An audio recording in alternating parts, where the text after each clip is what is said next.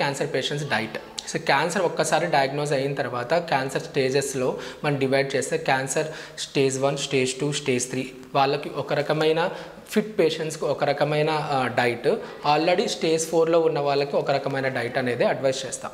So మనకి fit పేషెంట్స్లో అంటే వాళ్ళు బాగా ఉన్న వాళ్ళలో అంటే ఫస్ట్, సెకండ్, థర్డ్ స్టేజెస్లో వాళ్ళకి అంతగా మనం చూసినట్టుగా బాగా సన్నబడిపోయి ఎముకలు తేలేటట్టు అంటే మనకి ఈ చర్మంలో ఫ్యాట్ అనేది లేకోకుండా అలా ఉండరు కాబట్టి వాళ్ళు ఫిట్గానే ఉంటారు. కాబట్టి అలాంటి వాళ్ళకి ఏంటంటే ఎస్పెషల్లీ మన ఈ బ్రెస్ట్ క్యాన్సర్స్, ఇలాంటి కోలోరెక్టల్ క్యాన్సర్స్ వీటిలో అన్నిట్లో మనకి ఏంటంటే మెయిన్గా కొవ్వు పదార్థాలు అధికంగా క్యాలరీస్ తీసుకోవడం వల్ల మనకి మెయిన్గా క్యాన్సర్ వస్తుంది. కాబట్టి దీన్ని మనము ఫస్ట్గా తగ్గించాలి అనమాట.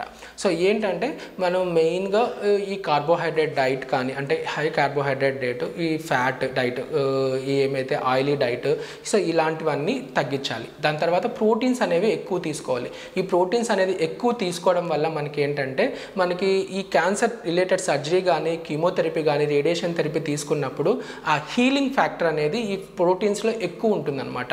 దానివల్ల మనకి ఈ సైడ్ ఎఫెక్ట్స్ అనేది బాగా కంట్రోల్ చేసుకోవచ్చు. క్యాన్సర్ సర్జరీ ద్వారా హీలింగ్ కూడా బాగా అవుతుంది. అంటే ప్రోటీన్ రిచ్ డైట్ తీసుకోవాలి, లో క్యాలరీ లో ఫ్యాట్ డైట్ తీసుకోవాలి. అంటే కొవ్వు పదార్థాలు తీసుకోకూడదు, ఎక్కువ భాగము క్యాలరీ అంటే కార్బోహైడ్రేట్ డైట్ తీసుకోకూడదు, అంటే అన్నము ఇలాంటివన్నీ ఎక్కువ భాగం తీసుకోకూడదు. మనకి ఏంటంటే కార్బోహైడ్రేట్ తక్కువ తీసుకొని కర్రీస్ ఎక్కువ తీసుకోవాల్సి ఉంటుంది. అంటే మనము వెజిటేబుల్ కర్రీస్ ఏవైనా కానీ ఎక్కువ తీసుకోవాల్సి ఉంటుంది. మనకి ఇప్పుడు ప్రోటీన్స్ అనేవి వెజిటేబుల్ డైట్లో ఏముంటాయి, ఈ లెగ్యూమ్ ఫ్యామిలీ అంట, ఏవైతే మన చుక్కుడు, బీనీషు ఇలాంటివి, అలాగే చపాతి, జొన్న రొట్ట, ఈ బాజ్రా అంటే ఇలాంటి వాటిల్లో మనకి ప్రోటీన్ కంటెంట్ ఎక్కువ ఉంటుంది అనమాట. సో అలాంటి ఫుడ్ తీసుకోవడము. ఈ క్యాన్సర్ పేషెంట్స్కి మోస్ట్ ఆఫ్ ద టైమ్స్ ఏంటంటే మనకి మనలాగా 3 మేజర్ మీల్స్లో పేషెంట్స్ తీసుకోలేరు. కాబట్టి ఎవ్రీ 2 అవర్స్కి ఒకసారి వాళ్ళు ఎంత తినగలిగితే అంత ప్రోటీన్ రిచ్ డైట్, లో ఫ్యాట్ లో క్యాలరీ డైట్ మనము పేషెంట్కి ఇవ్వాలన్నమాట. అలాగే ఫ్రూట్స్ మంచిగా తీసుకోవాలి. సో ఫ్రూట్స్లో మనకి పీచు పదార్థాలు, యాంటీ ఆక్సిడెంట్స్ ఎక్కువ ఉంటాయి కాబట్టి ఆ ఫ్రూట్స్ అనేవి బాగా తీసుకోవాలి. ఏ రకమైన ఫ్రూట్స్ మనం హెల్తీ ఫ్రూట్స్ మంచిగా అది నీట్గా క్లీన్ చేసుకొని we have to consume good amount of fruits అనమాట. అలాగే మనకి మెయిన్ డైటరీ ఫైబర్ అంటాం, అంటే ఆకుకూరలు, కాయగూరలు. So all dark coloured vegetables, green leafy vegetables, వీటిలలో మనకి పీచు పదార్థం ఎక్కువ ఉంటుంది. ఈ పీచు పదార్థం ఎక్కువ ఉండడం వల్ల most of the times colorectal cancer అనేది కంట్రోల్ అయిపోతుంది. మలబద్ధకం అనేది తగ్గిపోవడం వల్ల, టాక్సిన్స్ అనేది బాడీలో ఉండకపోవడం వల్ల మనకి ఇవన్నీ కంట్రోల్కి వస్తాయన్నమాట.